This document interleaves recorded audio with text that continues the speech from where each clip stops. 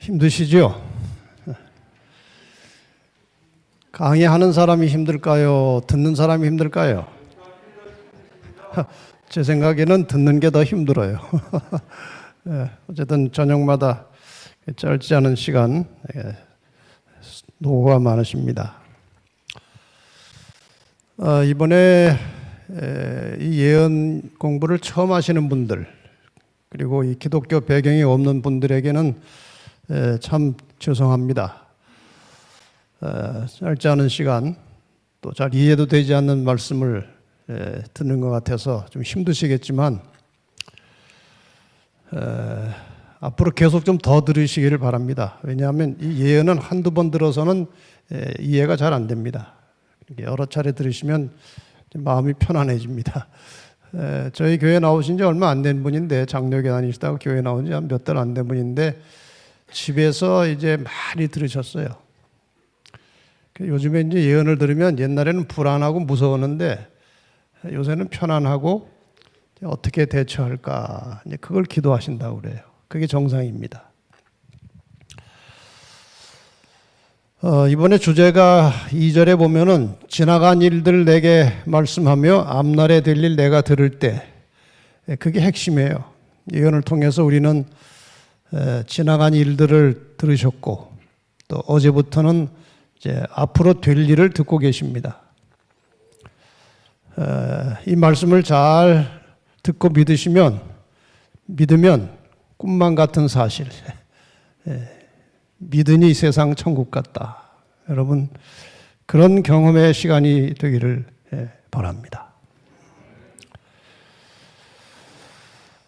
오늘 저에게 카톡에 한 100장 정도가 넘는 사진이 왔어요. 계속 오길래 이게 뭔 사진인가 하고 이제 나중에 들춰봤더니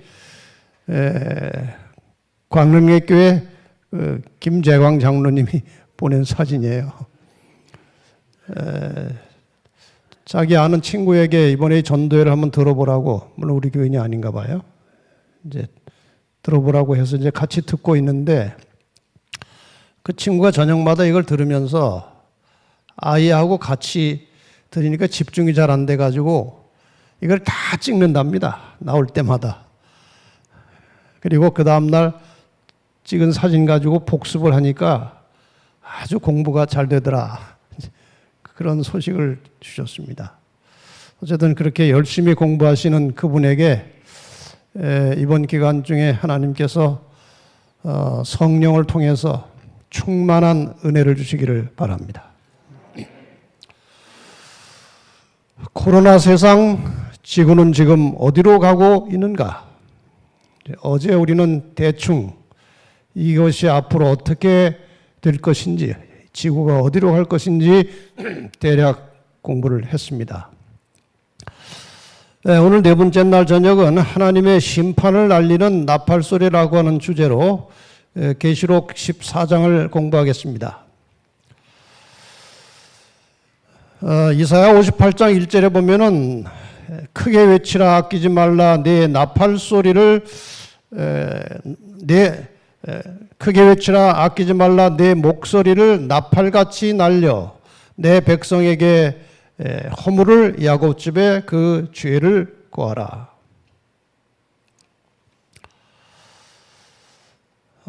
이 나팔이라고 하는 것은 옛날 이런 확성기도 없고 마이크가 없던 시대에 큰 소리로 어떤 신호를 보내는 굉장히 중요한 신호였습니다. 어떤 신호를 보낼 때, 혹은 어떤 경고를 할 때, 아주 다급한 소식을 알릴 때에 사용되던 그런 도구입니다. 이것은 오늘 우리 시대에 적용을 한다면, 나팔을 불라고 하는 것은 중요한 소식, 위급한 메시지를 신속하고 분명하게 전하라는 것입니다. 오늘 여러분과 제가 함께 공부하게 될 계시록 14장은 이 마지막 시대에 사람을 영원히 살게 할 수도 있고 영원히 죽게 할 수도 있는 매우 긴박한 메시지입니다.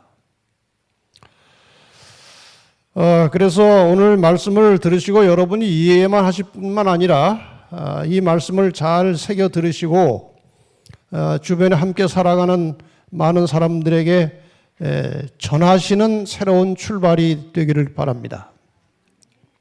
이 나팔과 관련해서 이스라엘의 7대 절기와 실체에 대해서 좀 말씀을 드리겠습니다. 이스라엘은 이제 절기가 7개가 있었습니다.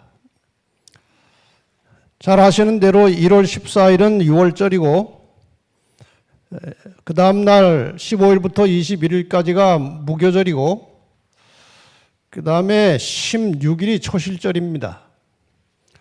그리고 3월 6일이 오순절입니다. 이것은 예수 그리스도의 삶을 예표하는 절기였습니다. 이게 봄에 주로 있는 이 절기는 6월절은 예수님의 십자가를 표상하는 것이고 무교절은 예수님의 장사 지냄을 표상하는 것이고 초실절은 예수님의 부활 그리고 오순절은 승천하신 이후에 강림하신 성령 강림을 말하는 것입니다. 그래서 이 봄절기는 주로 예수님의 초림에 관련된 절기들입니다. 그 다음에 이제 7월 1일은 나팔절입니다. 그리고 7월 10일이 속죄일 혹은 대속죄일이고 그 다음에 7월 15일부터 22일까지가 장막절입니다. 이것은 이제 가을에 있었던 절기이고 나팔절은 이제 속죄일을 열흘 앞두고 심판을 예고하는 것입니다. 열흘 후에 심판이 있으니 다 정결하게 하고 회개하라고 하는 하나의 신호입니다. 대속죄일에는 이제 성소에서 또 지성소에서 심판이 진행됩니다. 이게 다 끝나면 이스라엘 백성들은 완전히 이제 속죄함을 입게 되고 축제를 벌이는데 이 장막절은 곧 구원을 상징하는 것입니다.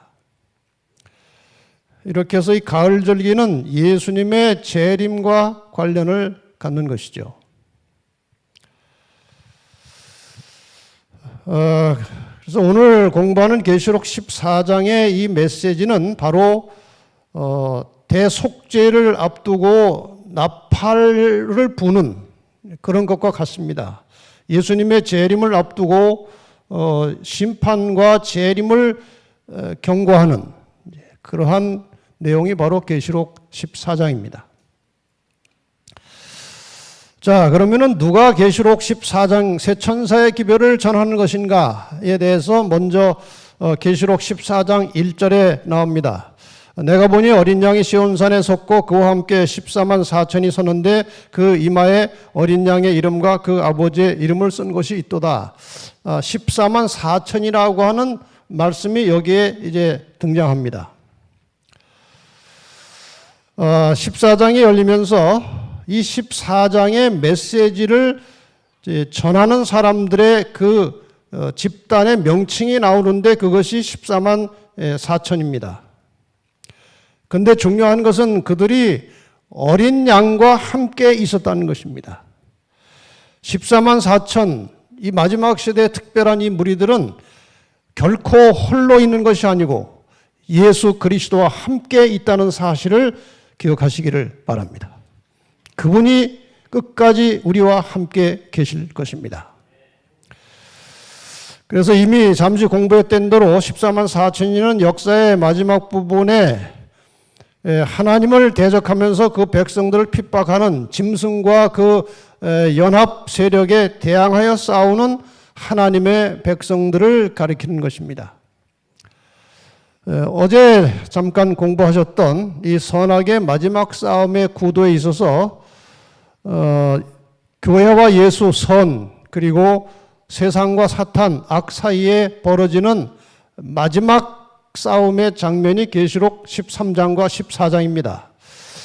그래서 어제 우리는 13장을 통해서 이 선악의 싸움의 마지막 단계에서 사탄이 어떤 세력을 이용하는지 배웠습니다. 교황권과 미국이 연합하여 힘을 모아서 온 세계를 하나로 묶을 것인데 우리는 이것이 무슨 일인가 했더니 요즘에 이제 나오는 말을 들어보니까 새 세계 질서 혹은 세계 단일 정부 이런 말들이 돌아다니는 걸 보니까 교황권과 미국이 온 세계를 연합시키는 것이 바로 그것이라고 저는 믿습니다. 그들이 이제 짐승의 우상을 세우고 절하게 하고 짐승의 표를 받게 하고 표를 받지 않으면 매매를 금지시키고 핍박한다. 이것이 전반적인 이제 사탄 편의 주인공과 그 전략들입니다. 여기에 대항해서 계시록 14장에 14만 4천인이 나오고 그들이 세 천사의 기별을 가지고 이제 온 세상에 전하는 그런 장면이 나타납니다. 짐승의 표 받지 말고 하나님의 인을 받으라는 것이고 그 다음에 이제 세 천사의 기별 속에 이 마지막에 이 기별을 받지 않으면 영원히 멸망할 것이고 받으면 산다. 그런 생사가 달린 기별이 이제 14만 4천인들이 전하는 기별입니다. 자, 이것을 염두에 두고 선악의 마지막 싸움의 구도를 여러분이 보시면 상당히 이해가 될 것이고 오늘 공부할 내용을 이제 미리 좀 맛을 볼 수 있을 것입니다. 마지막 선악의 싸움은 계시록 13장과 14장의 싸움이죠. 계시록 13장은 하나의 교회를 중심으로 세계가 연합하는 것입니다. 물론 그것은 가톨릭 교회를 중심으로 세계가 연합될 것입니다. 계시록 13장에 나오는 매우 중요한 메시지는 짐승을 경배하라는 것이고 그 다음에 주일에 일요일에 예배하라는 것이고 짐승은 교황권이기 때문에 이 교황권 가톨릭의 계명에는 주일을 지키고 되어 있기 때문에 주일을 지키라는 것입니다. 그 다음에 짐승의 표를 받으라는 것이고 이러한 모든 것은 인간의 전통입니다. 반면에 이제 계시록 13장을 대항해서 싸우는 14장은 교파를 초월해서 진리를 중심으로 14만 4천이 이제 결집을 하게 됩니다. 이건 진리 중심이에요. 교회 중심이 아닙니다. 짐승을 경배하지 말고 창조주를 경배하라고 나오고 일요일 예배가 아니고 안식일을 예배하라고 나옵니다. 그리고 짐승의 표는 받지 말고 하나님의 인을 받으라는 것이고 이것은 인간의 전통이 아니고 하나님의 계명임을 온 천하에 선포하는 것입니다. 이 14만 4천은 어떤 사람들인가에 대해서 이미 계시록 7장에 언급이 되어 있습니다. 14만 4천은 계시록 14장에 처음 나오는 말이 아니고 7장에 이미 나왔던 말입니다. 이 내용이 나옵니다. 계시록 7장 1절에 보면 이일 후에 내가 네 천사가 땅 네 모퉁이에 선 것을 보니 땅의 사방에 바람을 붙잡아 바람으로 하여금 땅에나 바다에나 각종 나무에 불지 못하게 하더라. 여기 바람이라고 하는 것은 전쟁이나 재난을 말하는 것입니다. 이 마지막 시대에 사단이 전쟁과 재난을 일으켜서 인간 세계를 아주 비참하게 만들기 위해서 여러 가지 작용을 할 것이지만 내 천사가 그 바람을 붙들고 있다고 하는 말은 인류를 파멸시킬 큰 전쟁이나 재난을 지금 억제하고 있다는 것입니다.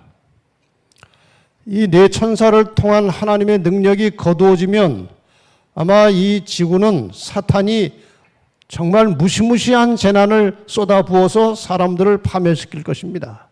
지금 하나님이 지키고 보호하고 계시는 중입니다. 그런데 2절에 보면 또 다른 천사가 살아계신 하나님의 인을 가지고 해 돋는 데로부터 올라와서 땅과 바다를 해롭게 할 권세를 얻은 네 천사를 향하여 큰 소리로 외쳐 가로되 우리가 우리 하나님의 종들의 이마에 인치기까지 땅이나 바다나 나무나 해하지 말라. 아주 긴박한 순간입니다. 왜 이 천사가 갑자기 날라와서 계속 바람을 붙들고 있으라고 말했습니까? 왜 아직 해하지 말라고 말했을까요? 지금 이 천사는 하나님의 인을 가지고 와서 하나님 백성들에게 인치는 천사입니다. 그래서 하나님의 종들의 이마에 인치기까지, 다시 말하면은 구원받을 사람들이 확정될 때까지 붙들고 있으라는 것입니다. 이것이 계시록 7장에 나오는 장면입니다. 그런데 7장 4절에 또 입맞은 사람의 수가 나옵니다. 계시록 7장 4절, 내가 입맞은 자의 수를 들으니 이스라엘의 각 지파 중에서 입맞은 자들이 14만 4천이다 이렇게 나옵니다. 그 다음에 이제 내용을 보면은 이스라엘의 각 지파로부터 12,000씩 해서 12 곱하기 12,000 하면은 14만 4천이 나옵니다. 이 요한계시록 7장에 나오는 이 12지파가 무슨 의미가 있을까 하는 것이죠. 요한계시록은 서기 97년 8년경에 기록되기 때문에 이스라엘이 망한 후입니다. 그래서 이스라엘의 영적인 의미는 스데반이 돌에 맞아 죽는 34년에 끝났고, 실제로 이스라엘이 파괴된, 예루살렘이 파괴된 것은 서기 70년이고 이게 계시록이 기록된 것은 서기 97, 8년이기 때문에 더 이상 이스라엘은 의미가 없는 시대입니다. 그렇다면 이 12지파는 실제적 지파가 아니라 상징성을 갖는 것입니다. 어떤 상징일까요? 이들이 전할 메시지는 새 천사의 기별입니다. 그럼 과연 이 새 천사의 기별은 온 세상 모든 사람들에게 전파되어야 하는 것입니다. 그 성격에 대해서 14장 6절에 또 보니 다른 천사가 공중에 날아가는데 땅에 거하는 자들 곧 여러 나라와 족속과 방언과 백성에게 전할 영원한 복음을 가졌더라. 이 새 천사의 기별은 세상 모든 나라에 전파될 것이기 때문에 그 12지파가 상징성을 갖는 것이라면은 세계 각처에서 이 메시지를 전할 여러 나라와 다양한 족속들을 상징하는 것입니다. 세계 도처에 각 나라에 각 족속마다 구원이 확정되는 하나님의 백성들이 있는 것입니다. 그 모든 다양한 민족들을 가리켜서 12지파로 상징한 것으로 보는 겁니다.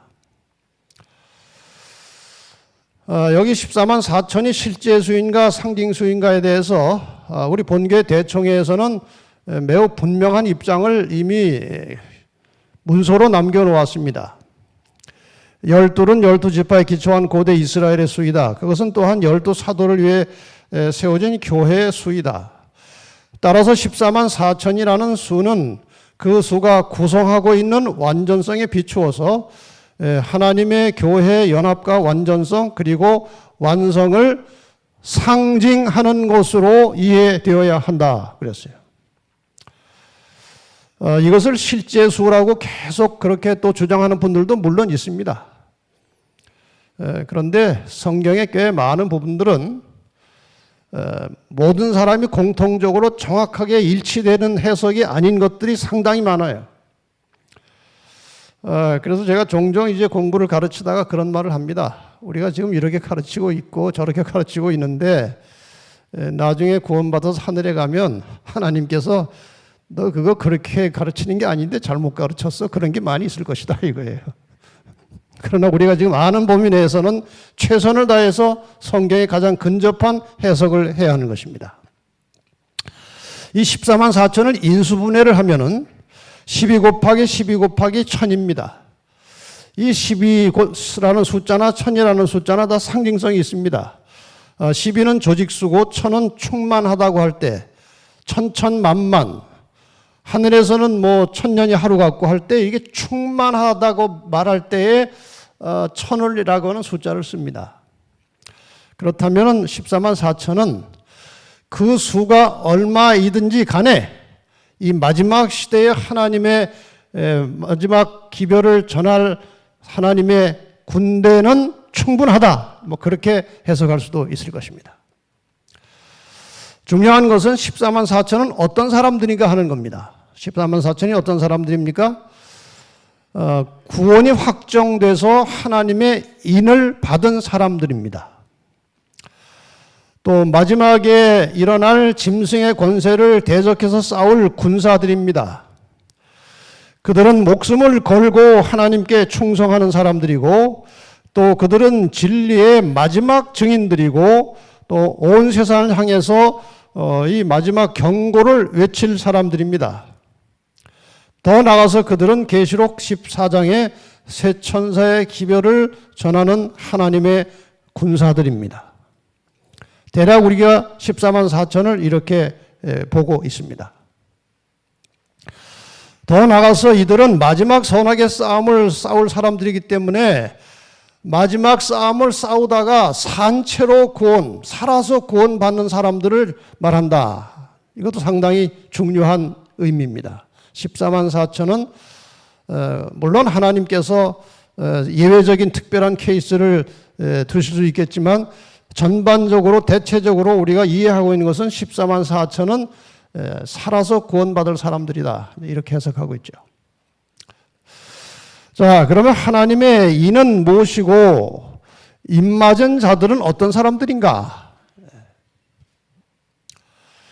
지난 시간에 공부한 짐승의 표가 무엇인지를 바르게 이해한 사람들은 그 상대적인 개념으로 나오고 있는 하나님의 인이 무엇인지 설명하지 않아도 대략 느낌으로 할 것입니다. 그렇죠? 짐승의 표와 하나님의 인은 대조적인 겁니다. 계시록 13장의 짐승, 곧 교황의 권위를 상징하는 대표적인 표시는 하나님이 지정하신 안식일을 변경시키고 그 안식일이 기록되어 있는 십계명을 변경한 것입니다. 그래서 그 변경된 예배일, 일요일을 짐승의 표라고 지금 설명하고 있습니다. 자, 그러면은 이제 다시 한번 두 예배일을 대조시켜서 짐승의 표가 무엇이고 하나님의 인이 무엇인지를 조금 이해해 보겠습니다.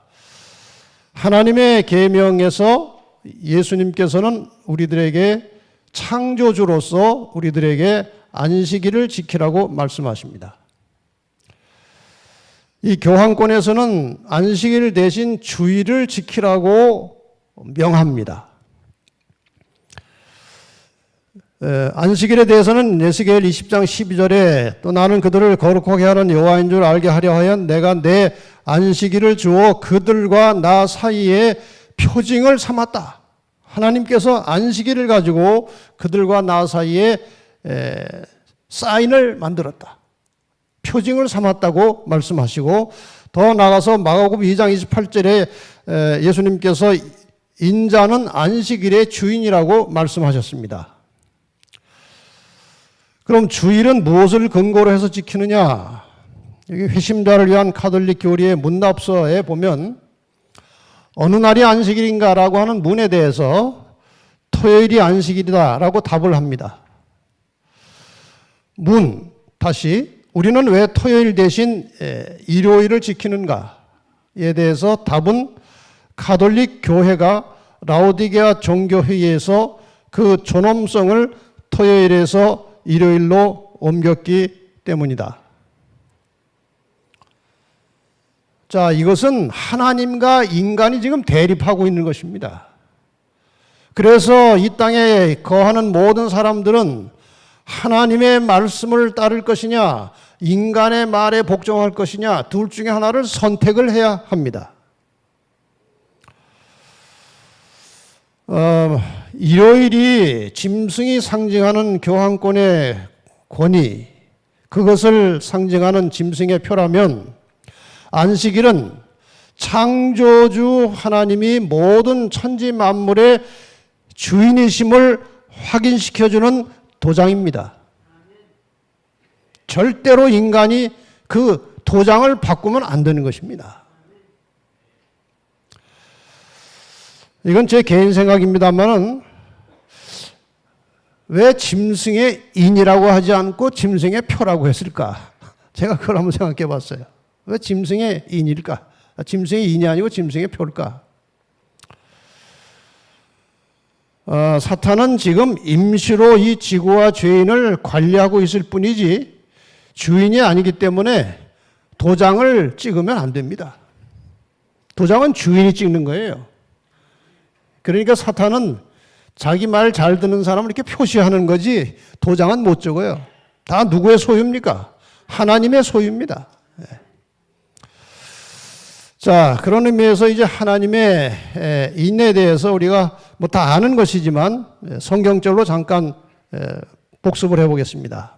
좀 전에 보셨던 내가 내 안식일을 주어 그들과 나 사이에 표징을 삼았다고 하는 이 표징은 영어 성경에는 사인으로 나옵니다. 사인.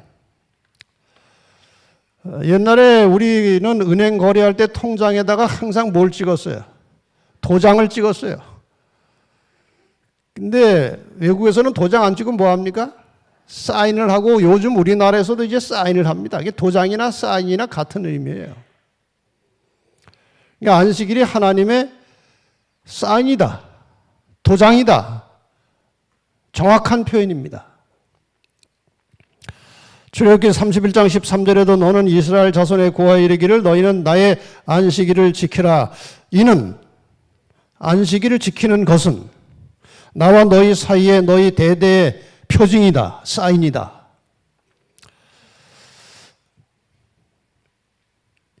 이날의 주인은 예수님이십니다. 그래서 그분의 도장입니다. 아무도 이것을 바꿔서는 안 되고 도장을 자기 마음대로 만들어 찍어도 안 됩니다. 자, 이 안식일이 하나님의 인이라고 하는 의미를 조금 더 우리가 발전적으로 깊이 생각해 볼 필요가 있습니다.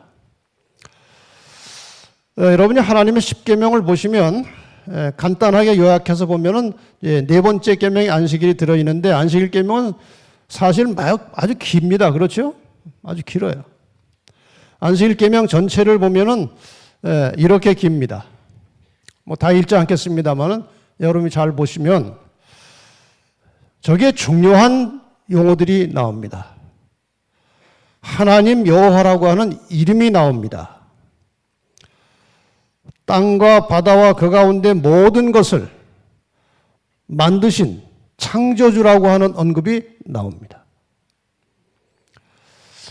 이 왕의 도장에는 적어도 그 왕이 통치하는 영토의 범위와 그 대통령의 그 사람의 직위, 대통령 혹은 왕이라는 직위와 그 이름이 들어가야 왕의 도장입니다. 뭐 우리나라 대한민국 대통령 아무개 그렇게 해야 그 왕의 도장입니다. 그런데 이 안식일 계명을 보면 이것이 다 들어 있습니다. 영토, 하늘과 땅과 바다 전체가 하나님이 다스리는 영토입니다. 그분의 직위는 창조주이십니다. 그리고 이름은 여호와이십니다. 다른 어떤 계명도 이런 세 가지 요소를 가지고 있지 않습니다. 넷째 계명만 가지고 있습니다. 그리고 이 형식에 있어서도 십계명이 선포될 당시에 문서는 종이가 없었고 점토판에다가 글자를 찍어서 문서를 만들었습니다. 중요한 문서들은. 이 문서를 보시면 가운데에 도장이 찍혀 있습니다. 가운데. 십계명의 형식도 여러분이 히브리어로 된 십계명을 펼쳐서 놓으면은 이 안식일 계명이 가운데 들어 있습니다. 도장의 위치에 들어 있어요. 그 당시. 또 계명을 잘 우리가 분석해 보면 이렇게 10가지가 있는데 저 위에 있는 세 계명은 또 다른 잡신들도 말할 수 있는 계명입니다. 너 신 이름 함부로 부르지 마라. 너 나만 섬겨라. 뭐 이런 요구는 잡신도 할 수 있는 요구입니다. 그 다음에 이 5제부터 10제까지의 계명은 인간의 도덕 사회에서도 요구하는 것입니다. 저건 사람 사회에서도 요구하는 거예요. 그런데 안식일을 기억하여 거룩히 지키라고 하는 요구는 오직 누구만 할 수 있어요? 하나님만 할 수 있습니다. 그래서 저 중앙에 이 안식일을 지키라고 하는 계명이 있기 때문에 위에 3계명과 아래 6계명이 하나님의 계명으로서의 권위를 갖는 것입니다. 이 안식일 계명이 아래 위에를 딱 붙들고 도장이 되어 있기 때문에 이 문서 전체가 하나님의 문서예요. 그래서 10계명의 권위가 있는 것입니다. 자, 이 인맞은 자가 14만 4천이라고 했습니다. 근데 이 14만 4천에 대해서 계시록 14장 4절과 5절에 보면 상당히 구체적인 언급이 나옵니다. 이 사람들은 첫째, 여자로 더불어 더럽히지 아니하고 정절이 있는 자라. 여기 여자로 더불어 더럽혔다고 하는 것은 배도하고 타락한 교회를 말합니다. 그러니까 제대로 교리가 만들어지지 않고 온갖 잡다한 교리가 섞여 있는 그런 배도한 교회에 속하지 않는다는 것입니다. 어린 양이 어디로 인도하든지 따라가는 자며 사람 가운데서 구속을 받아 처음 익은 열매로 하나님과 어린 양에 속한 자들이니, 이것을 다 일일이 설명할 시간이 없기 때문에 중요한 것 마지막 한 가지만 추가로 설명을 드리겠습니다. 그 입에 거짓말이 없고 흠이 없는 자들이더라. 죄의 종류는 여러 가지입니다. 그렇지 않습니까? 많은 죄들이 있어요. 그런데 거짓말이 없다고 그래서 14만 4천 원. 거짓말을 안 한다. 그게 거짓말이에요. 다 거짓말을 나도 모르게 합니다. 자기 뭘 모면하기 위해서. 집에서도 전화가 어디 왔는데 번호를 보니까 이거 받으면 안 되는잖아요. 안 받아도 그 거짓말이에요. 또 애가 받았는데 엄마 바꿔달래. 엄마 없다고 그래라, 없다고 그래라. 그거 다 거짓말이에요. 이런 사소한 것부터 시작해서 우리는 거짓말을 하고 사는데, 이 거짓말이 없다고 그래서 14만 4천은, 그럼 이 사도 요한이 거짓말이라고 할 때 그 거짓말은 무엇을 말하느냐 이거예요. 요한일서 2장 4절에 보면은 저를 아노라 하고 하나님을 아노라 하고 계명을 지키지 아니하는 자는 거짓말하는 자라고 그랬어요. 그러니까 지금 14만 4천은 하나님의 계명과 관련된 사람들입니다. 그래서 입에 거짓말이 없다는 것은 하나님의 계명에 충실하다는 뜻입니다. 이게 14만 4천의 특징입니다. 종합적으로 하나님의 인을 맡는다는 것은 단지 안식일에 교회 가서 예배 드리면 하나님의 인 맡는 것이 아니고,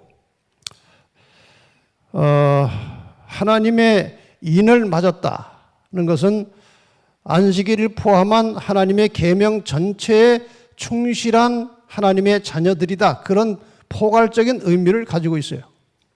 그래서 하나님의 인을 맡는다는 것은 예수를 믿음으로 구원받은 하나님의 백성이 된 사람들, 하나님 나라에 속한 백성으로서 하나님의 법을 존중하여 즐거운 마음으로 지키는 사람들, 그리고 특히 하나님께서 자기 백성과의 표징으로 주신 안식일을 준수함으로 창조주 하나님을 경배하는 사람들,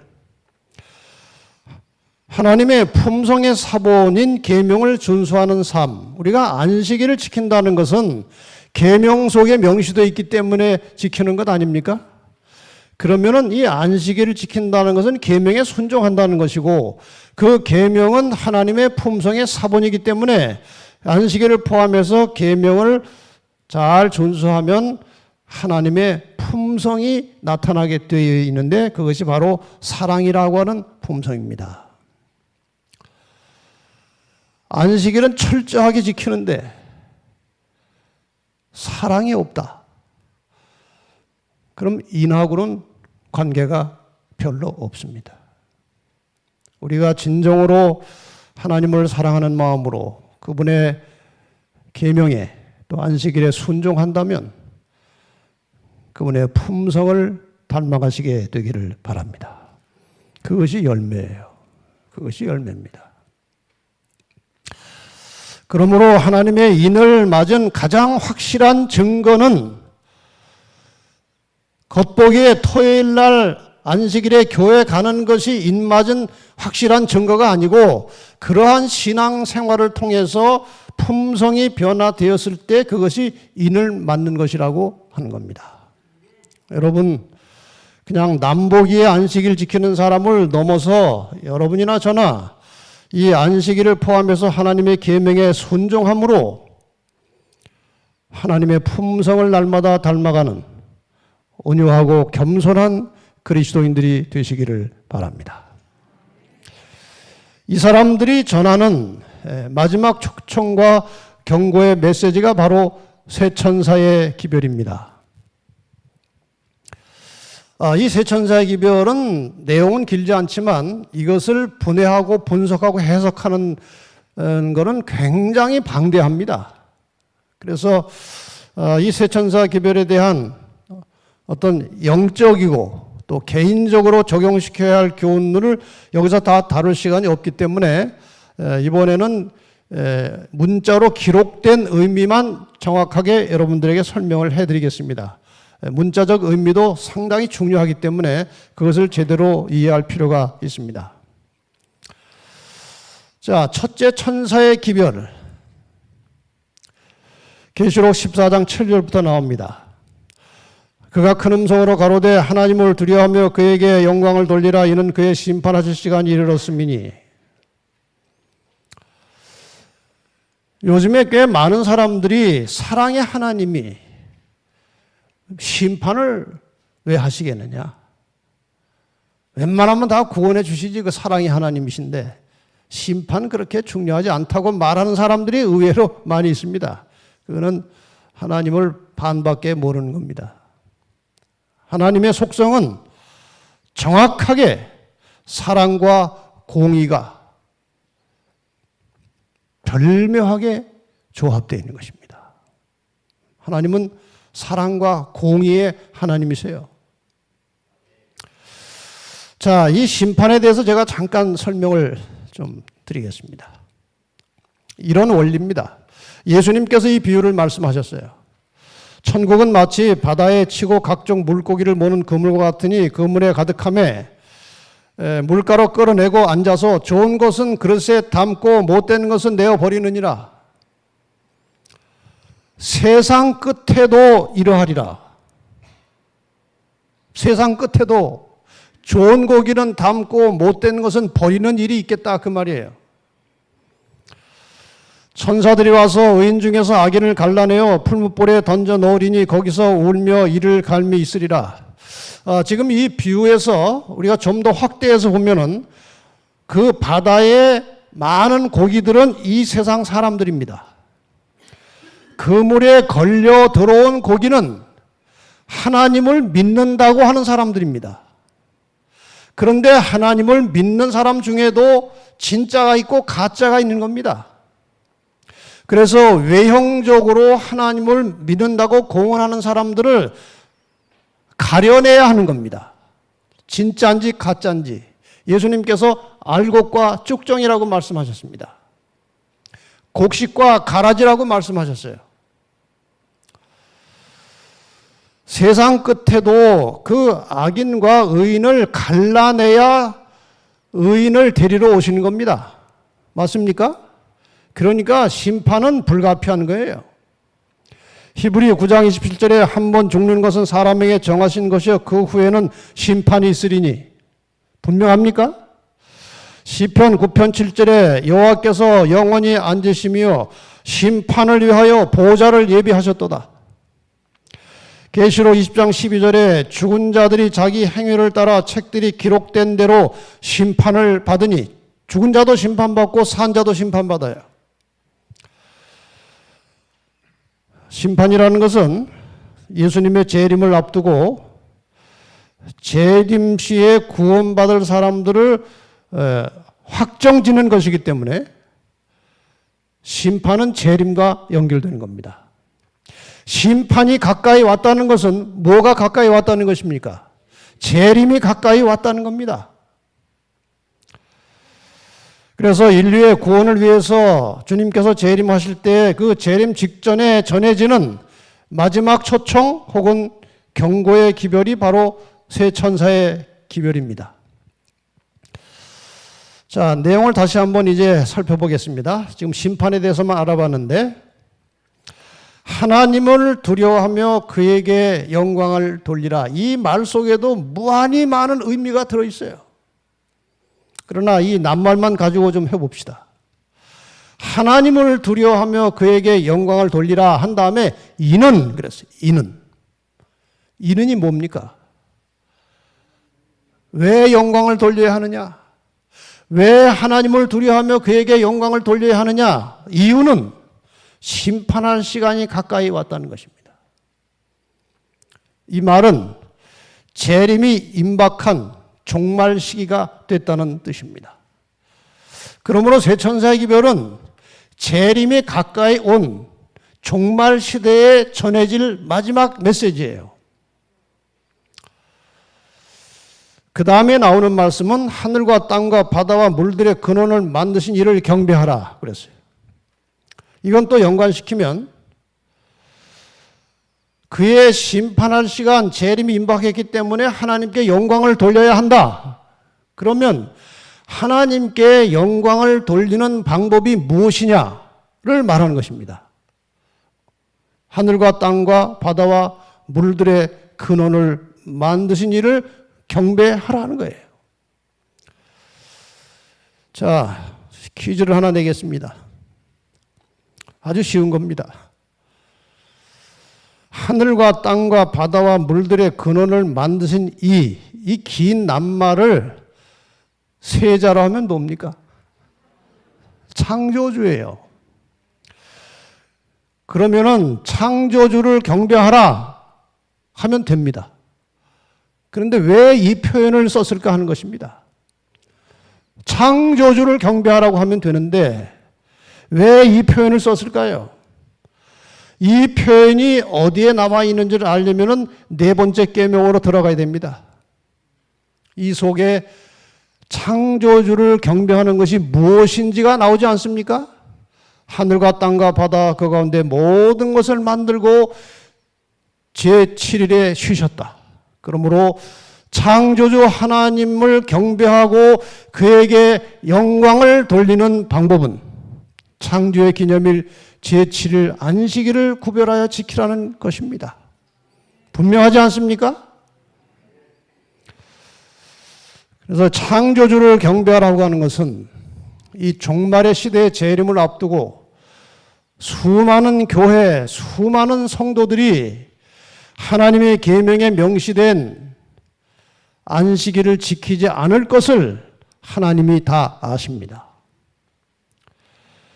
그래서 너희가 나와 함께 살려면, 재림을 통해서 구원을 받아서 나와 함께 살려면 내 법대로 창조의 기념일 안식일을 지키라고 다시 한번 강조한 것입니다. 다시 한번 생각나게 해주는 것입니다. 다 잊어버렸거든요. 무시하고 있거든요. 오히려 안식일에 예배하는 사람들을 이단으로 몰아붙이는 아주 이상한 세상에 우리가 살고 있습니다. 그래서 미리 안식일을 깨닫고 안식일을 지키는 하나님의 신실한 자녀들은 온 세상을 향해서 주님께서 오실 때가 되었으니 하나님의 계명으로 돌아가라. 계명에 명시된 안식일을 회복하라고 외치는 것입니다. 네. 이것이 세천사 기별의 가장 핵심적인 내용입니다. 그 다음에 둘째나 셋째의 천사의 기별은 이 첫째 천사의 기별과 연관을 가지고 있습니다. 좀 쉽게 말씀드리면 이 첫째 천사의 기별을 받아들이지 않으면 바벨론이 된다는 것입니다. 제가 나중에 다시 정리해서 말씀드리겠습니다만은, 그래서 바벨론을 향해서 내 백성은 나오라고 하는 겁니다. 근데 나오라고 하는데도 안 나오고 계속 있으면 짐승의 표를 받아서 멸망한다는 것이 세 천사 기별의 골자입니다. 자, 둘째 천사 기별을 봅시다. 이게 좀 이제 설명이 복잡하고 깁니다. 또 다른 천사 곧 둘째가 그 뒤를 따라 말하되 무너졌도다 무너졌도다 큰 성 바벨론이여 모든 나라를 그 음행으로 인하여 진노의 포도주로 먹이던 자로다 하더라. 이것이 둘째 천사의 기별입니다. 바벨론이 무너졌다는 것입니다. 자, 바벨론 하면은 먼저 생각나는 것은 바벨탑이에요. 성경에 바벨탑이라는 말은 없습니다. 그냥 사람들이 과정과 의미를 가지고 붙여놓은 이름이에요. 왜 그런 이름을 붙였습니까? 이 탑을 성과 대를 쌓아서 하늘 꼭대기에까지 닿게 하려고 사람들이 이제 공사를 하는 이 하늘에 탑 쌓는 건축은 하나님께 대한 도전입니다. 우리 이름을 내고 온 지면에 흩어짐을 면하자 그랬어요. 하나님 이름 대신 자기들 이름 내고 하나님은 땅에 충만하여 퍼져 살라고 했는데 모여 살자는 것입니다. 하나님에 대한 도전이에요. 하나님께서 그냥 내버려 두실 리가 없습니다. 이건 중대한 사건이기 때문에. 그래서 강림하셔서 공사하는 사람들의 언어를 다 흐트러 놓으셨어요. 그때까지는 언어가 하나였습니다. 언어를 다 흐트러 놓으니까 공사가 돼야 안 돼요. 공사가 안 됩니다. 공사가 끝났습니다. 그래서 이제 바벨이라는 말이 그렇게 해서 생겨난 것입니다. 이 바벨이라고 하는 말은 혼돈, 혼잡, 뒤섞였다는 뜻이에요. 언어가 뒤섞여가지고 혼돈하고 혼잡하게 되었다. 탑사타가. 그래서 그것이 바벨탑이에요. 묘하게도 그 바벨탑을 쌓았던 그곳에 세워진 나라가 온갖 잡신이 있던 바벨론입니다. 그 자리에. 그래서 이 영적으로 바벨론이라고 하는 것은 하나님의 순수한 말씀에 다른 이론들, 이교의 교리들, 성경에 유배된 것들이 섞여 있는 상태를 영적으로 바벨론이라고 하는 거예요. 초기 기독교는 전적으로 그리고 완전히 하나님의 말씀에 기초와 뿌리를 두고 있었습니다. 순수한 교회였습니다. 그런데 이 교회가 언제부터 타락했는가? 서기 313년 로마의 콘스탄틴 황제가 기독교를 한 200년 이상 박해하다가 이 콘스탄틴 황제가 자유를 선포했습니다. 그 자유를 선포한 칙령을 밀란 칙령이라고 합니다. 그러니까 313년부터 교회는 핍박이 멎었고 자유가 생겼습니다. 상당히 얘기가 복잡하고 깁니다만은 결론적인 얘기는 이것입니다. 이제 이교도들과 기독교인들이 막 섞여서 이교도들이 기독교로 많이 넘어왔어요. 왜냐하면 황제가 기독교인들한테 특혜를 주니까. 성직자들 군대 면제시키고 세금 면제시키고 특혜를 주고 뭐 하니까 이교도들이 기독교로 많이 개종에 들어왔어요. 막 섞여버렸어요. 결과적으로 이제 기독교는 단지 명목상 그리스도인을 가장한 사람들이 다수를 이루고 큰 비율을 이루고 주류를 이루게 되었다. 그들은 전에 이교도일 때와 다를 바 없었다. 오류와 타락이 홍수처럼 교회에 밀려들었다. 여러분, 천주교라고 하는 것은 바로 이런 배경에 의해서 생겨난 것입니다. 이 교회 안에 태양신을 섬기는, 미스라신을 섬기는 이교도들이 기독교인이 되는 것이 훨씬 유리하니까 개종해서 기독교로 많이 들어왔어요. 들어왔다고 금방 바뀝니까? 잘 바뀌지 않아요. 제가 그동안 개신교 목사님들하고 참 많이 대화도 하고 또 친분도 갖고 또 우리 교회로 오신 분들도 꽤 있습니다. 다 그분들이 그 개신교에서 20년, 30년씩 거기 공부하고 목회하던 분들이에요. 근데 안식일을 깨닫고 재림교회가 올바른 진리교회라는 사실을 전적으로 양심적으로 인정하고 거기서 나와가지고 신학 공부한 사람들 여럿도 있었습니다. 제가 그분들 하나씩 하나씩 관찰해 보면 바뀌지 않아요. 뭐 좋고 나쁘고를 떠나서 재림교인화 되는 것이요, 정말 쉽지 않았습니다. 여러분, 이교도들이 기독교로 개종해가지고 기독교인이 됩니까? 오히려 기독교가 이교의 영향을 받아서 사람은 죄악에 훨씬 더 익숙해지거든요, 빨리. 그래서 이제 기독교가 타락을 하고 그 타락한 풍토에서 발생한 교회가 그게 가톨릭이에요. 그래서 가톨릭에는 이교도들의 습관이 많습니다. 풍습이 많습니다. 자, 역사를 보면 이런 것입니다. 기독교의 주류가 있고 이제 이교도의 흐름이 있어요. 기독교가 이교와 섞인 것은 방금 말씀드린 대로 313년 밀란 칙령이 있으면서 기독교가 이교와 연결이 됐습니다. 이것은 콘스탄틴 황제의 목적을 달성시킨 것입니다.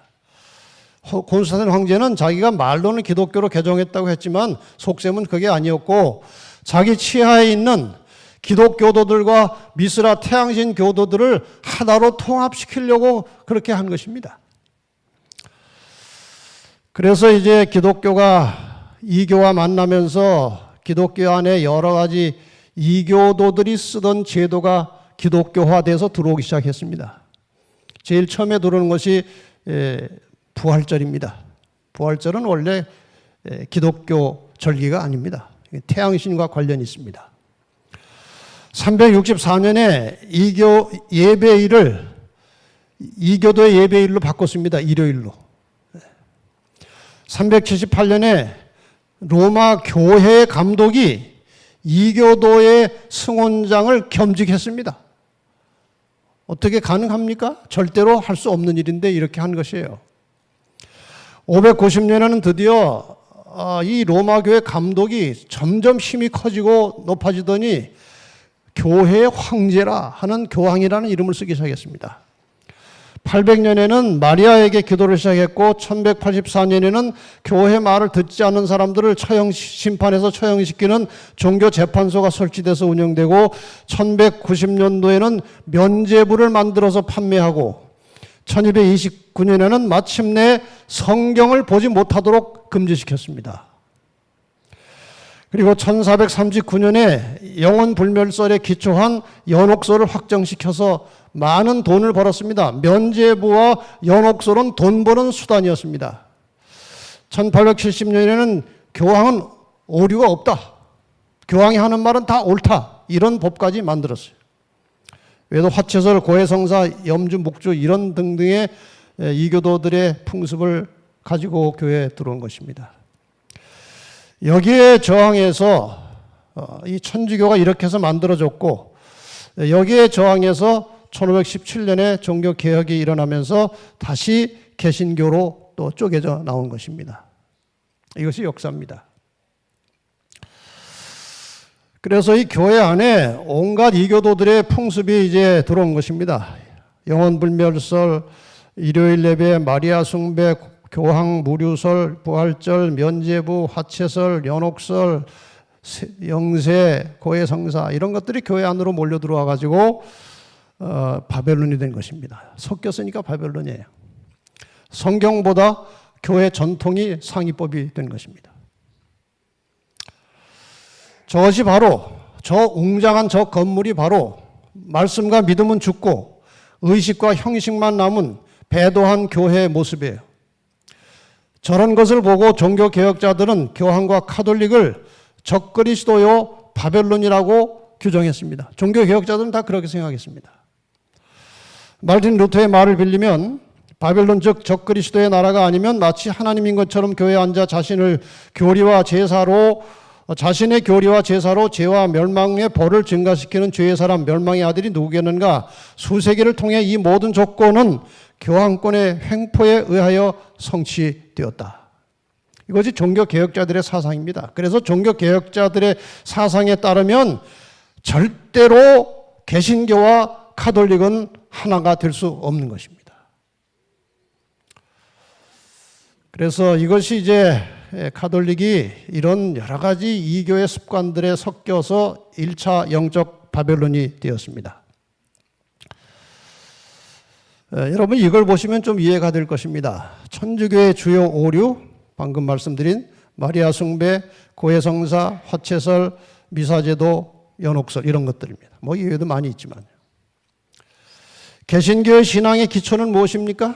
오직 성경, 오직 믿음, 오직 예수, 오직 은혜, 오직 하나님께만 영광. 이것이 개신교 신앙의 기초입니다. 그런데 양쪽이 공유하고 있는 교리가 몇 가지 있습니다. 이거는 천주교에서 만들어진 것인데 개신교도 같이 가지고 있는 겁니다. 이것이 주일 예배, 영원불멸, 부활절 이런 것들이에요. 저것을 버려야 됩니다. 개신교가 정말 성경으로 돌아가려면 주일 예배, 영원불멸 버려야 돼요. 그런데 못 버립니다. 저거 버리면 큰일 납니다.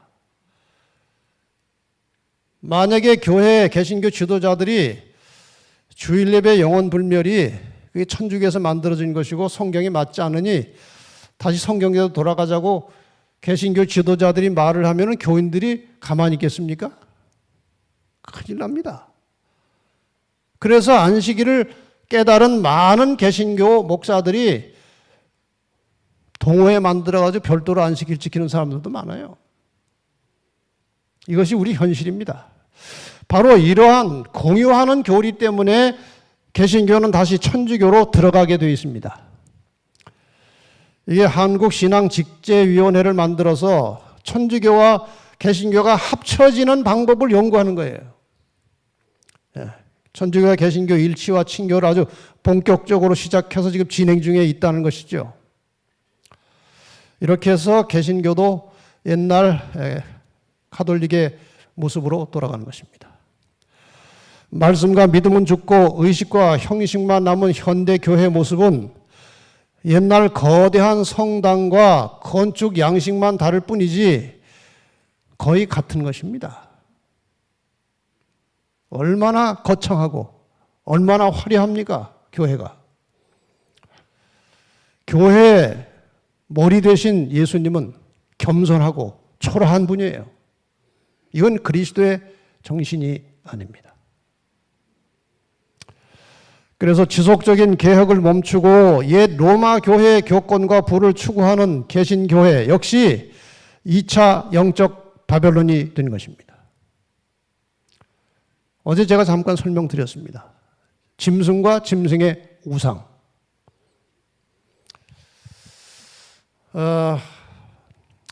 그러나 이 안에도 아직 빛을 보지 못했을 뿐이지 진리를 알면 빛을 보면 순종할 수 있는 많은 진실한 그리스도인들이 있습니다. 바벨론을 구성하고 있는 교회들 내에 존재하는 영적 암흑과 하나님께로부터의 분리에도 불구하고 그들의 단체 안에는 참된 그리스도인의 큰 무리가 여전히 남아있다. 그들 중에는 이 시대를 위한 특별한 기별을 아직 깨닫지 못한 사람들이 많이 있다. 또한 많은 사람은 그들의 현 상태에 만족하지 아니하고 더욱 밝은 빛을 갈망하고 있다. 진리가 제대로만 전달되면 믿고 따를 사람들이 많이 있다는 것입니다. 자, 이런 상태에서 우리가 할 일이 무엇인가? 그들을 찾아내고 불러내는 것입니다. 그래서 계시록 18장에 보면 다시 14장 둘째 천사의 기별이 반복 나옵니다. 무너졌도다 무너졌도다 큰 성 바벨론이요. 무너졌으니까 어떻게 하라는 것입니까? 이제 나오라는 것입니다. 또 내가 들으니 하늘로서 다른 음성이 나와서 가로되 내 백성아 거기서 나와 그의 죄에 참여하지 말고 그의 받을 재앙들을 받지 말라. 왜? 바벨론의 재앙이 임할 것입니다. 남아있지 말고 나오라는 거예요. 재앙을 받기 싫으면. 제가 지금 은퇴 후에 하고 있는 진리의 뿔 선교회에서 하는 사업이 바로 그것입니다. 하나님을 바르게 믿고 싶지만 길을 몰라서 찾지 못해서 방황하는 사람들에게 제대로 된 빛을 전해주고 그들을 바른 길로 이끌어내는 것이 진리의 뿔 선교의 중점 사역입니다. 뭐 저희만 아니고 우리 모든 교회가 다 해야 될 일이지만 저는 오래전부터 지금 이 일을 상당히 오랫동안 해왔습니다. 지금 빛을 찾는 사람들이 많이 있어요. 저희가 변화 잡지에다가 대쟁투 총서 세트를 소개했습니다. 이게 이러이러한 책이니까 원하는 사람들 무료로 드리겠다. 많은 사람들이 이 대쟁투 총서를 달라고 연락이 왔어요. 옛날 같으면 갖다 줘도 받지도 않고 반송시키는 책입니다. 근데 이 책들을 달라는 거예요. 그래서 지금까지요 650세트가 나갔어요. 달라고 그래서 준 게 650이에요. 찾는 사람들이 있는 거예요. 그리고 이 변화라고 하는 잡지는 우리 재림교회의 아주 기본적이고 이 마지막 시대를 향해서 전해야 될 메시지들을 제목별로 하나씩 이제 주제를 정해서 전하는 것입니다. 이것을 보고 반응하는 사람들도 상당히 많습니다. 이건 전부 다 무료로 다 보내는 거예요. 한번 나오면은 한 12,000부, 13,000부 그냥 무료로 보냅니다. 이건 여러분들이 저희 사무실에 구도자 주소만 보내주시면 그냥 다 우리가 발송해 드립니다.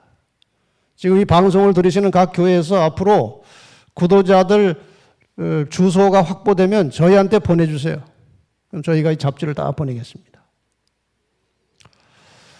자, 이러한 유튜브 방송, 이런 잡지 등등 진리를 찾는 기독교인들에게 진리를 전하는 이 사역 속에서 이루어지는 현장 이야기를 좀 몇 가지만 드리겠습니다.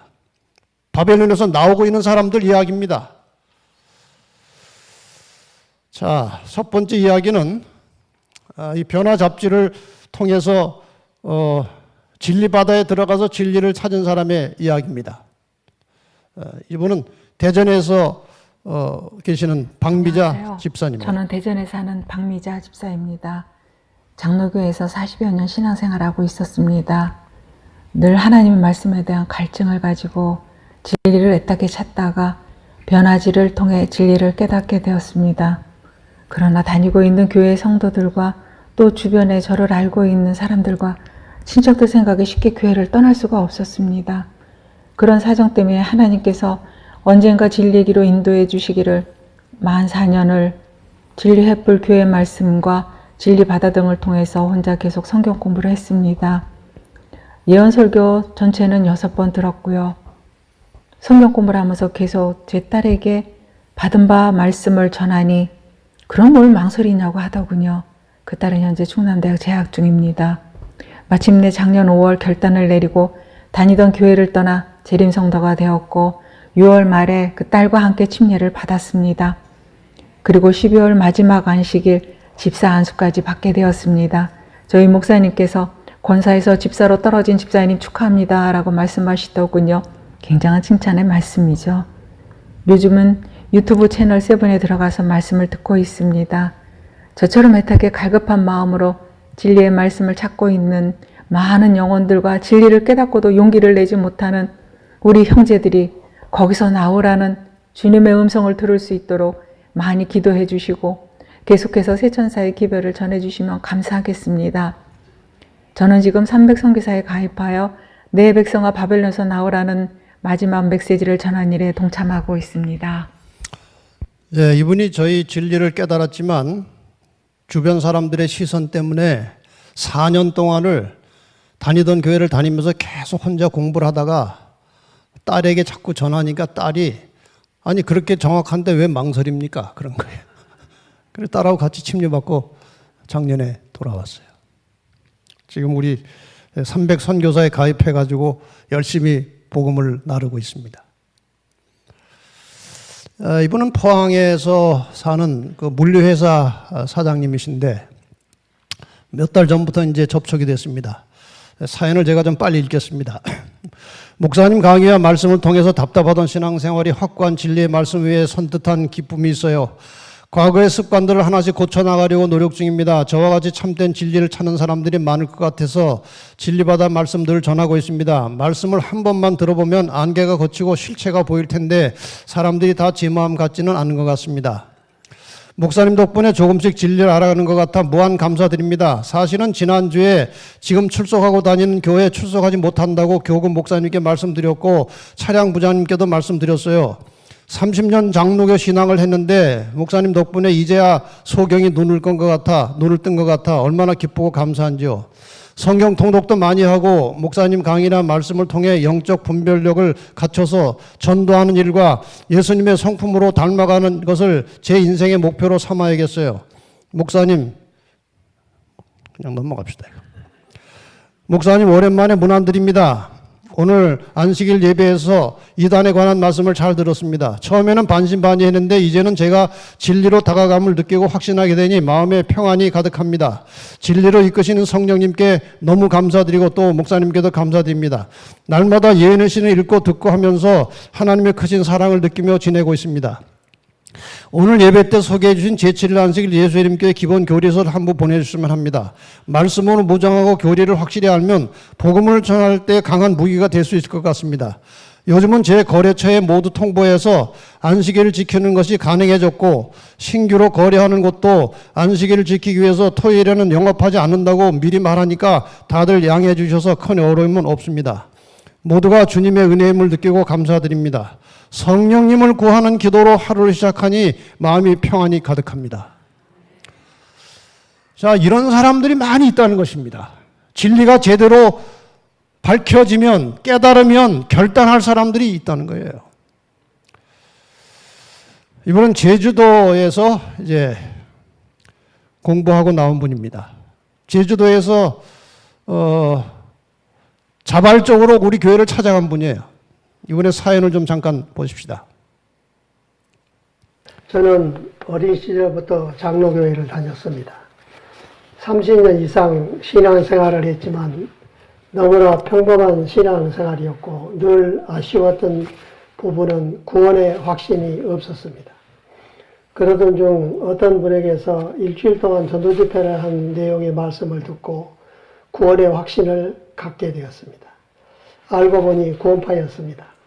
그 구원파에 들어간 교인이 겁니다. 되어 구원의 기쁨을 가지고 열심히 무보수로 전도하며 젊은 날의 세월 30여 년을 헌신했습니다.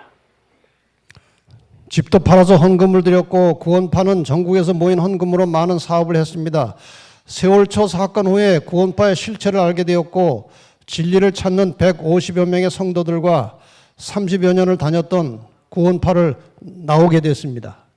그 후의 이야기가 이제 조금 계속해서 나옵니다.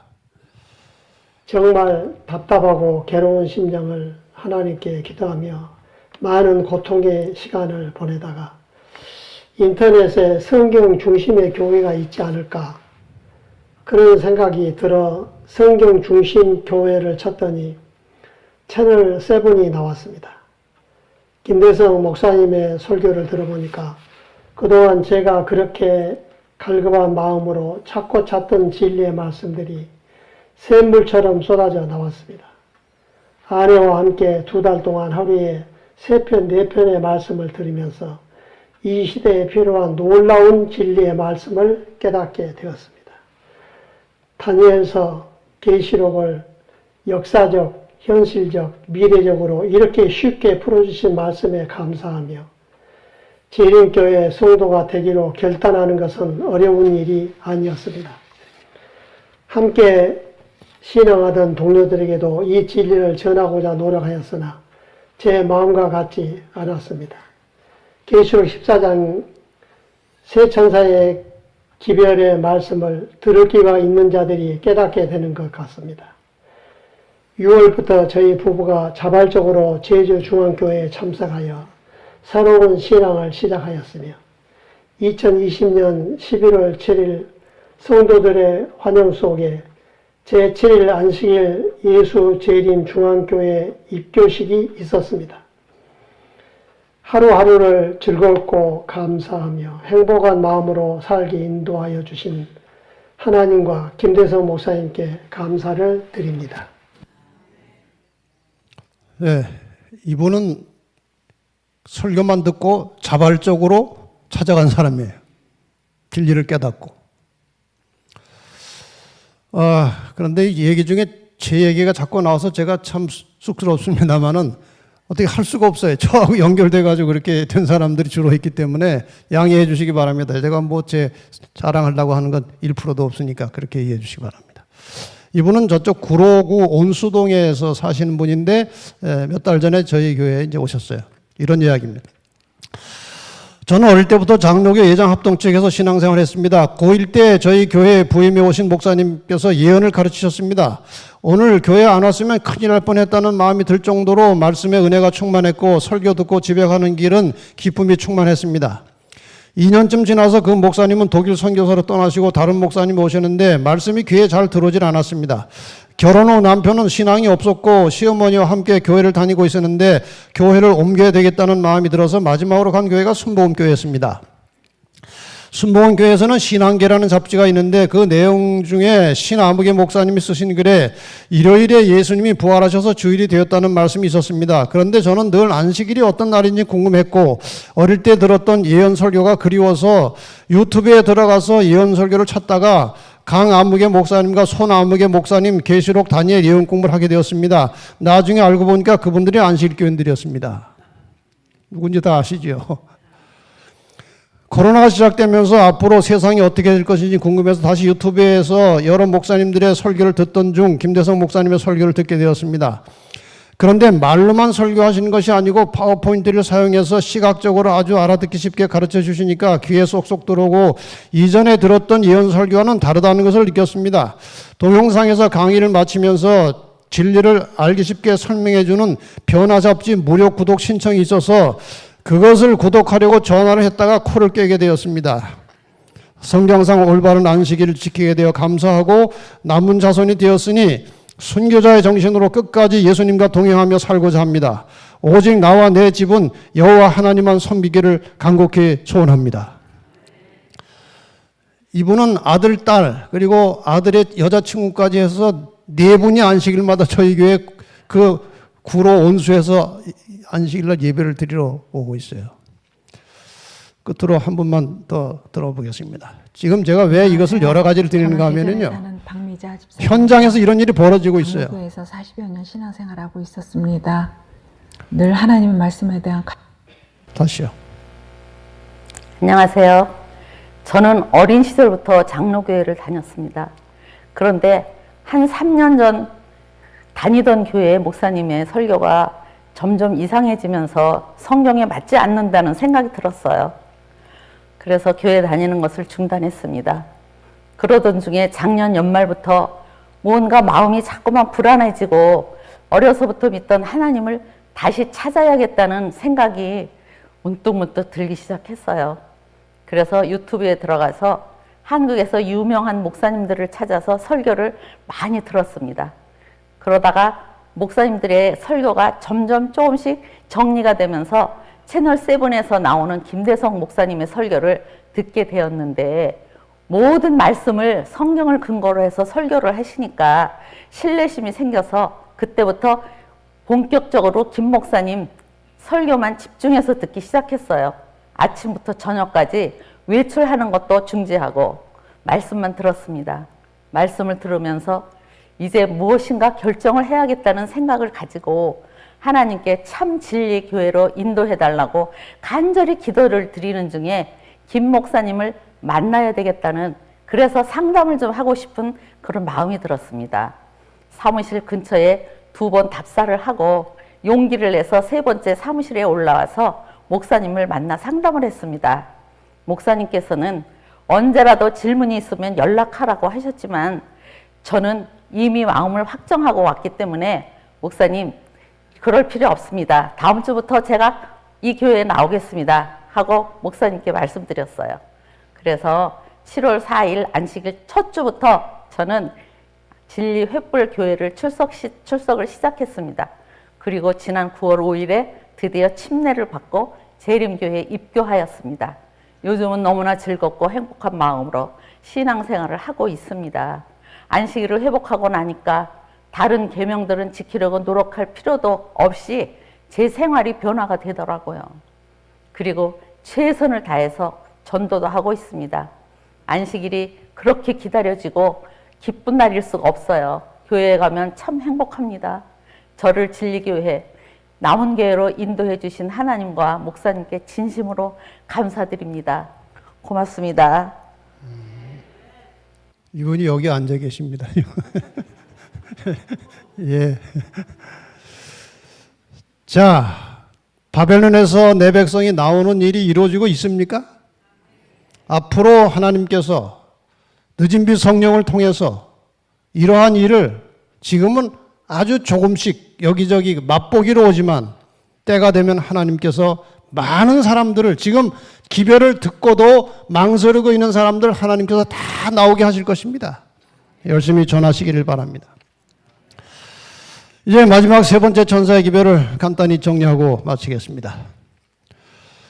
또 다른 천사고 셋째가 그 뒤를 따라 큰 음성으로 가로되 만일 누구든지 짐승과 그의 우상에게 경배하고 이마에나 손에 표를 받으면 그도 하나님의 진노의 포도주를 마시니 그 진노의 잔이 섞인 것이 없이 부은 포도주라.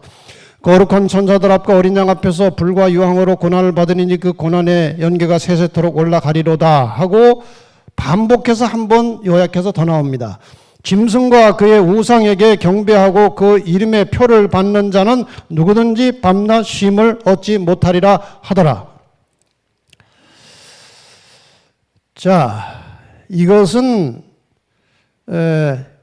계시록 13장의 짐승의 표와 연결되어 있습니다. 그렇지 않습니까? 거기에서 짐승의 표를 받고 우상에게 경배하면 하나님의 진노의 잔이 섞인 것이 없이 부은 포도주는 더 이상 은혜가 있지 않다는 것입니다. 마지막을 말하는 것입니다. 자, 이 내용을 그냥 제가 간단하게 해설을 좀 하겠습니다. 셋째 천사 기별은 계시록 13장의 기별 중에 짐승의 표, 짐승의 경배와 직접 관련을 갖습니다. 짐승의 표를 받는다고 하는 것은 짐승 교황권의 권위로 만들어진 일요일 강제 휴업법에 굴복함으로 교황을 경배의 대상으로 인정하는 것을 말합니다. 셋째 천사의 기별은 그 짐승의 표를 받고 그에게 굴복하여 경배하는 자들에 대한 최후의 형벌을 경고하면서 짐승의 권위에 굴복하지 말 것을 요구하고 계십니다. 종말의 시대에 지구상에 살아있는 모든 사람들은 주님이 재림하시기 직전에 하나님의 법, 계명에 순종할 것인지 아니면 인간의 법에 굴복할 것인지 둘 중에 하나를 선택해야만 하는 결단의 자리에 서게 될 것이고 그 결정이 각 개인의 영원한 운명을 결정짓는 것입니다. 그래서 이것이 마지막 기별입니다. 짐승의 표를 받지 말라고 하는 것은 하나님의 인을 받으라는 강력한 호소입니다. 나와 함께 살려면 계명을 회복하라는 주님의 간절한 호소입니다. 위험한 물가로 나가는 어린아이에게 어머니가 다급하게 외치면서 쫓아나가는 그런 사랑과 희생의 외침이에요. 받지 말라, 받지 말라. 안타까운 심정으로 죽어서는 안 된다고 말씀하시는 하나님의 사랑의 음성이 이 속에 들어있는 것입니다. 내 백성들은 나한테 오라는 것입니다. 그리로 가지 말고. 그래서 이 세 천사의 기별을 다 합쳐서 종합하면 이런 것입니다. 첫째 천사의 기별은 심판이 가까웠다, 재림의 임박성을 말하는 것이고, 둘째 천사의 기별은 창조주를 예배하라는 것이고, 그런 안식일 기별입니다. 그러니까 제7일 안식일 예수 재림 교회라는 이름 자체가 첫째 천사의 메시지예요. 그래서 여러분이 어디 가서 교회 이름을 물으면 얼버무리지 마세요. 기독교 중에 하나인데 뭐 말해도 잘 모르실 겁니다. 이렇게 하지 말고 아무리 바빠도 12자를 다 대세요. 제7일 안식일 예수 재림 교회를 대고 왜 안식일을 지키는지, 왜 재림을 기다리는지를 설명하면 그것이 첫째 천사의 기별을 전하는 것입니다. 상대가 그 기별을 받든지 안 받든지 그것은 본인의 선택이에요. 이것이 중요한 기별입니다. 우리 이름은 교파 이름이 아니고 메시지입니다. 이 첫째 천사의 기별을 거절하면 바벨론이 된다는 것이고 바벨론은 무너질 것이니 내 백성은 거기서 나오라는 겁니다. 그럼에도 불구하고 나오지 않으면 짐승의 표를 받게 될 것이고 짐승의 표를 받으면 영원히 멸망한다는 것이 셋째 천사의 기별입니다. 그리고 그 결론은 하나님의 계명과 예수 믿음이에요. 이 세 천사의 기별은 언제부터 시작되는가? 첫째 천사의 기별은 북미 지역에 재림의 기별이 왕성하게 전파되기 시작한 1831년부터 재림 때까지 전파되는 기별이 첫째 천사 기별이고, 둘째 천사 기별은 그 후에 다시 재림 때까지, 셋째 천사 기별은 그 후에 다시 재림 때까지. 제가 뭐 여기서 정확하게 연대까지 다 설명드릴 시간이 없습니다. 그래서 이 세 기별을 삼중 기별이라고 하는 것입니다. 첫째 천사가 끝나고 그 다음에 둘째 천사가 아니고 계속해서 첫째 천사 기별, 계속해서 둘째, 계속해서 셋째, 이렇게 해서 합쳐진 기별이 세상 끝날까지 가는 것입니다. 그래서 삼중 기별이에요. 시대마다 하나님께서 백성을 불러내는 방법이 있습니다. 메시지가 있어요. 노아 때는 방주로 들어가는 것이 살 길입니다. 침례 요한 당시는 회개하라고 그랬습니다. 이게 살 길이에요. 예루살렘이 멸망될 때는 산으로 도망가라. 이것이 살 길입니다. 종말의 시대에는 바벨론에서 나오라는 것입니다. 이것이 메시지예요. 끝으로 이 세 천사의 기별의 결론을 말씀드리면, 이거는 세 천사 기별 전체의 결론임과 동시에 셋째 천사 기별의 결론입니다. 14장 12절 같이 한번 읽겠습니다. 시작. 성도들의 인내가 여기 있나니 저희는 하나님의 계명과 예수 믿음을 지키는 자니라. 이것은 또 1시간 설교를 해야 될 만큼 중요한 거예요. 결론 말씀드리면 최후에 승리할 하나님의 백성들은 예수를 믿음으로 구원을 얻은 사람들이고, 그리고 하나님의 계명에 충실한 사람들이고, 인내심을 가지고 믿음으로 성령의 능력에 의지하여 계명에 순종하는 사람들이 구원받을 성도들이고 승리할 사람들입니다. 여러분, 이 믿음을 가지시기를 바랍니다. 잠깐 기도하십시다. 세 천사의 기별은 이제 주님께서 우리를 데리러 오시기 전에 아무도 멸망받기를 원치 않으시는 하나님의 마지막 초청입니다. 마지막 때에 사탄이 온 세상 사람들을 미혹하여 짐승의 표를 받게 하려고 하는 위험한 시대에 하나님께서 그분의 사랑하는 백성들에게 그 표를 받지 말도록 호소하시는 사랑의 음성입니다. 이제 곧 하나님과 함께 살게 될 백성들에게 하나님께서 우리의 행복과 평강을 위해서 마련해 놓으신 그분의 계명을 존중하고 사랑하고 즐거운 마음으로 순종하라는 간청입니다. 예언의 말씀을 통해서 미리 이런 말씀을 주신 하나님께 감사하면서 이 중요하고 위급한 소식을 다른 사람들에게도 전하시기 바랍니다. 주님께 대한 믿음을 가지고 그분의 계명을 지키는 성도들을 데리러 주님께서 곧 오실 것입니다. 준비하고 깨어서 그분을 기다리다가 맞이하시기 바랍니다. 하나님, 이렇게 밝은 빛을 저희들에게 미리 보여주셔서 감사합니다. 먼저 우리가 이 말씀을 깨닫고 자신부터 주님의 오심을 대비하여 매일 하루하루 준비하며 살게 해 주시옵소서.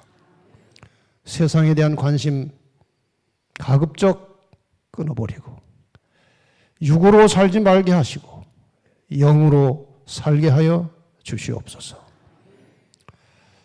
주님께서 머지않아 오실 때에 낙오되지 않도록 우리를 이끌어 주시옵소서. 성령으로 우리의 인생을 지도하셔서 하늘까지 이르게 하여 주시옵소서. 예수님의 이름으로 기도합니다.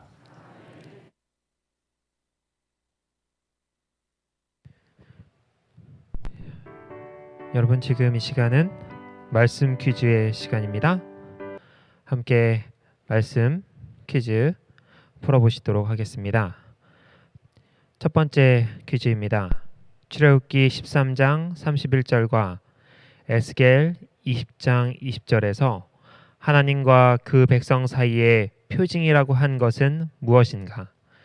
여러분, 설교 말씀을 잘 들으셨다면 아마도 여기에 대해서 아주 쉽게 답을 하실 수 있으리라 생각을 합니다. 두 번째입니다. 첫째 천사의 기별에 나타난 핵심적인 두 가지 기별은 무엇입니까? 첫째 천사의 기별에서 말하고 있는 핵심적인 두 가지 기별을 1번, 2번 이렇게 해서 함께 답을 달아주시면 감사하겠습니다. 여러분, 은혜 넘치는 좋은 저녁 되시기를 간절히 바라겠습니다. 감사합니다. 주의